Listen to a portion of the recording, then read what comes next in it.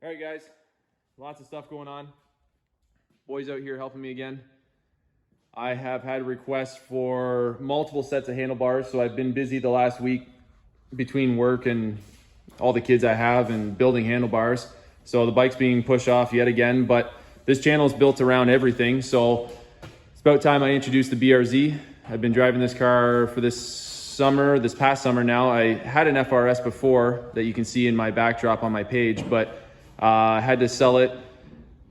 This is about 4 years later now that I get the BRZ. This one's a little bit upgraded versus the FRS. It's got the premium package with the Brembo brakes. It's got the LSD rear end, and it's got a nicer suede interior. But I mean, all in all, it's pretty much an FRS. I've done a few upgrades. I've got the RPF ones. I'm running teen coilovers. I'm not sure. I can't remember which one. I think the Street Series. But I've got a whole bunch of suspension mods I got to go in this year so I can clear the tires to the fenders properly and stuff, but I just haven't had time. But building things, I've had a request for bash bars. So I think what I'm going to do is I'm going to get the rear bumper off first, and then the boy and I are going to build some plates, and we're just going to see how it goes. I figure I'll do a DIY. That way anybody who ends up buying them off me can kind of see how they're built.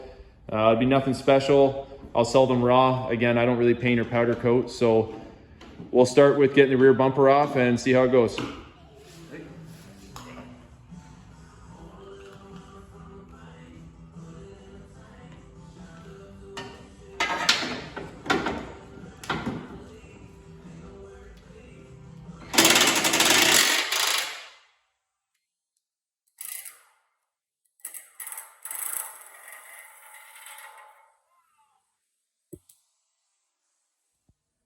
All right, so go to the bottom here, find your bolt.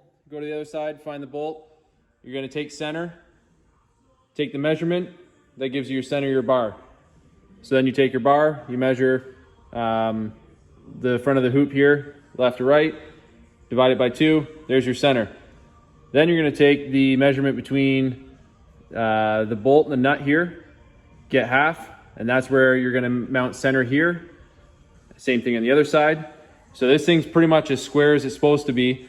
I've got the right side tacked in, left side is not yet. Surface area is cleaned up. I've got a 45-degree bevel on all my edges. So I'm using my magnets to hold it up. Like I said, tacked on this side. I'm going to throw the level right in center here, and that'll allow me to adjust this side. And then I'm going to go back and I'll measure square. In a couple spots, I'm going to measure at the end of the tube here to the chassis. Same with the other side. And then I'm also going to measure probably from the inside of the end plate to here, and same here, and we'll check back in with those measurements.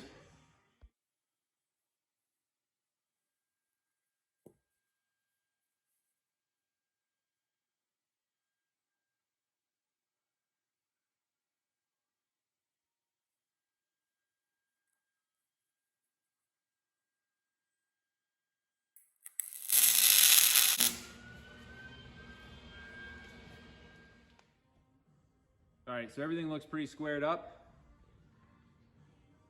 The bubble on the level here is telling me we're nice and level all the way across. So what we'll do is we got our tacks in nice and strong, and we will throw the bumper back on and kind of see where these corners fall into the bumper and make sure everything tucks into the bumper nicely. All right, everything's a little dirty, but that's with the bumper on. I still have a bunch of trimming to do. There is just a smidge of space in there. Now, this has to be trimmed back another 2 millimeters still to be flush with the bumper and make it look clean. I just did a quick job so that way I could get the bumper on here. Same thing with this side. I left about 2 or 3 millimeters of the old diffuser on. So once I trim that back, it'll be the same as the other side, but that's a whole separate video. But anyways, you can see bar is nice and level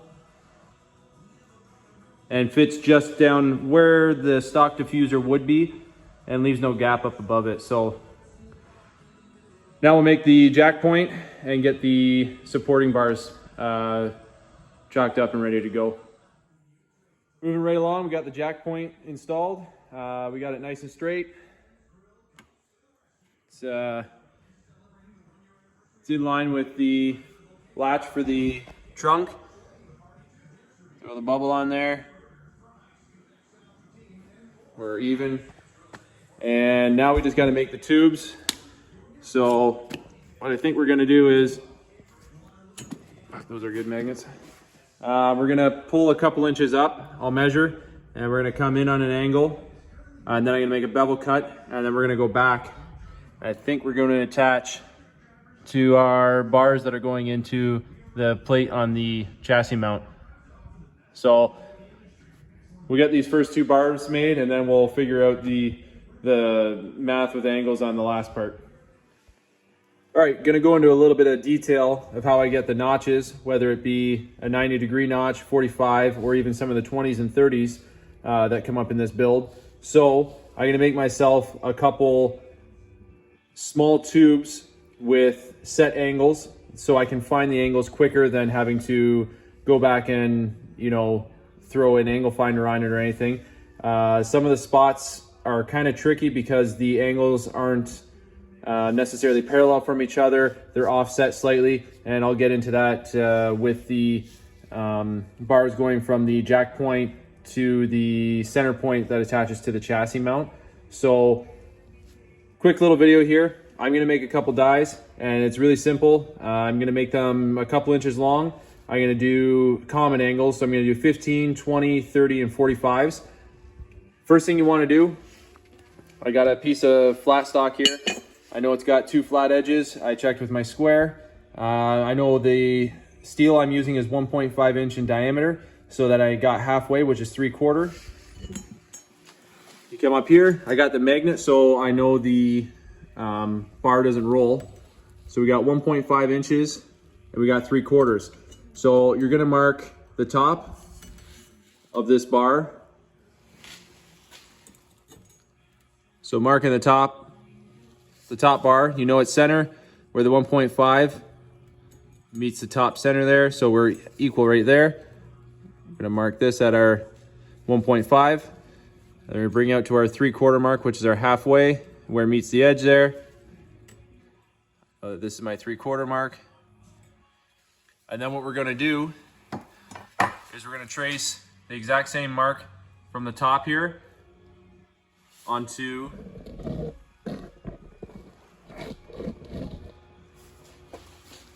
So we're gonna trace the top mark here onto the opposite side, and then same thing with our halfway onto the other side. And that's just to help us with our cuts. So when we go to put it in the chop saw, when you're cutting, let's just use 45 degrees as an example. You're not gonna actually cut 45 degrees straight across the pipe. You're gonna start your 45-degree cut on the center mark, and you wanna make sure the center mark is straight up and down in your chop saw. So we've got our bar in here. This is our center mark. It's straight up and down. And when I bring the chop saw down,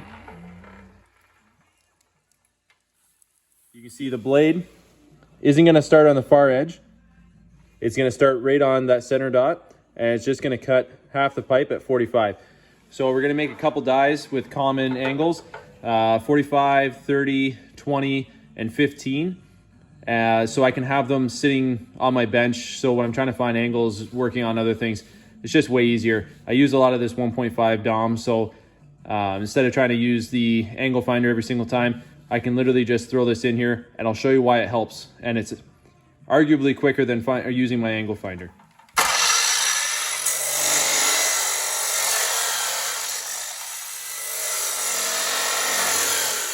Okay, so for the whole 2 minutes it takes to make these, this is in their raw state. There's my 45. That's my 30. And my 15. I've cleaned these up with the flapper disc, just kind of took the burrs off around the edge. So now what I'm gonna do is on the back half, the side that hasn't been touched by the saw yet, what we're gonna do is we're gonna take that center point that we drew earlier from the cut that we were using, and we're gonna make just a slight notch in here So that way when we put it onto a piece of steel, you can see how close we are. Just use the 45 again for an example. You can see how close we are to fitting. So we just want to round some of the points off, and then we want to round some of the backing, and I'll show you how it fits after with each. Don't mind the gloves here. They're still a little warm from hitting them with the flapper disc on the back side. So the opposite half to which we cut the angle went through and gave them a little bit of a bowl or a dish to the back side, or fish mouth, whatever you want to call it, notch. There's many different names for this. So fitting it using the 45 here, you can see there's almost no gap to eat up. I could probably clean up these corners just a little bit more and then give myself the 45 bevel all the way around. So I got nice clean surface and can produce thick welds. Even the same here with the 30. I use the 45 and 30 quite a bit in the build of this bar. So as you can see, like there's almost no gap in there.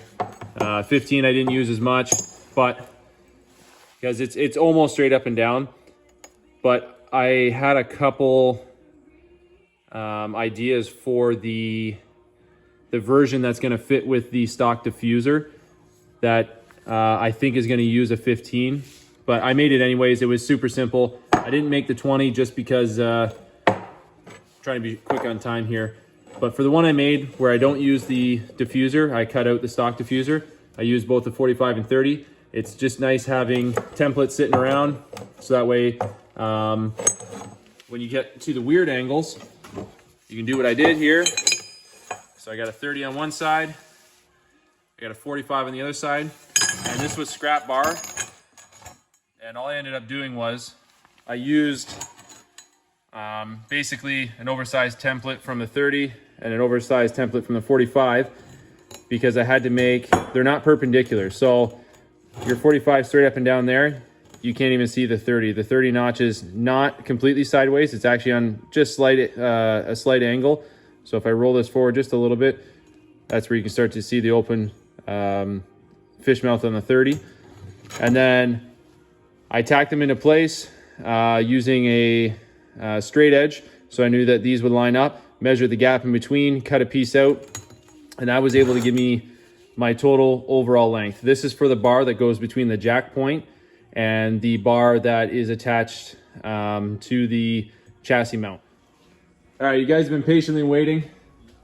I'll throw a photo of how it looked on the car at the very end, but there you go, that gives you the idea. Everything's tacked into place.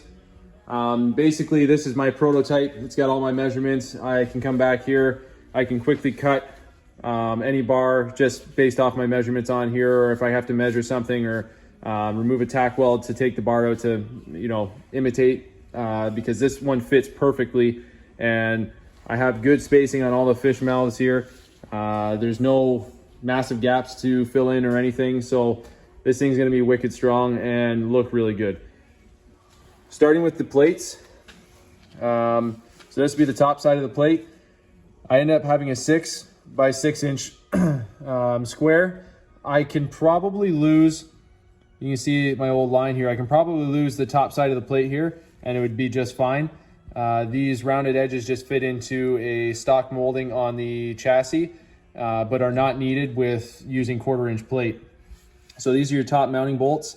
I plan to go back and trim here. That will get rid of this top section that's not really needed, so it'll bring down another couple inches, save you some steel too. From there, we've got our lateral bars here that hold the main hoop on. They measured at 3 3/4. That is from the very bottom, so this is a flat cut to weld to the plate, up to the highest point here, which is a fish mouth that holds onto the main loop. So 3 3/4 inches from the bottom to the top of the fish mouth. I just used two 30-degree bevel cuts on, again, from center on one side, and then I cut the other side. That gives me the start of my fish mouth, and then I just use my flapper disc and mold it right into a snug fit. I have a bar sitting usually right beside me, so I can always test every piece that I make. Moving to the main hoop, I made the rear bar here. It's 41 5/8. Again, that's from the very edge to the very edge, because these have bevel cuts which are at 40-degree total bend. So 20 degrees on this side and 20 degrees on the extension of the main hoop. The extension of the main hoop measures out, again, from flat edge to the largest edge, 8 5/8. So at the 8 5/8 mark, that's where you're gonna start your bevel cut. So the inside is a little bit shorter. So your longest point is 8 inches 5/8. Next from there, we made our jack point. Again, we used our 90-degree fish mouth. Total length from the flat spot to the tallest point is 9 1/4 inches. Then for our kick plate or our footing, it's a 2.5-inch square, and I just rounded the edges off. And then the supporting bars. This is where it got a little tricky. I have a 45. So these bars are matching, but in reverse. So 45-degree on the bottom that connects to the jack point. And if you go up to the lateral bar, it's a 30-degree cut. So this is where the templates came in handy. I had my 45 and my 30, and that's where I had made this bar. So I knew that the 45 would fit on that side, and can't fit it in there now with the bar in there, but I knew the 30 would fit on that side, and I attacked them into place, found the distance in between the two, and made a filler, small filler piece for that. Tack welded everything up, made sure I used my magnets so everything was nice and straight. Went back and I took the longest point to the longest point, and that gave me 17 3/8 inch. And I was able to then transfer it over to like a single piece of bar. I didn't have to weld anything in, so I was able to transfer it over to a solid piece, make my cuts. So the 45 I made first, and then I was able to line up the bar to the bottom side, mark my 2 centers, and that's where I made my 30-degree cut, which is slightly off center to my 45. So again, if you look, my open mouth on the 45-degree is straight up and down, and the 30 isn't quite 90, or sorry, isn't quite 90 degrees to the 45 mouth. It's probably about 60 degrees rotation. Very simple to make this template if you don't feel confident in cutting the pieces.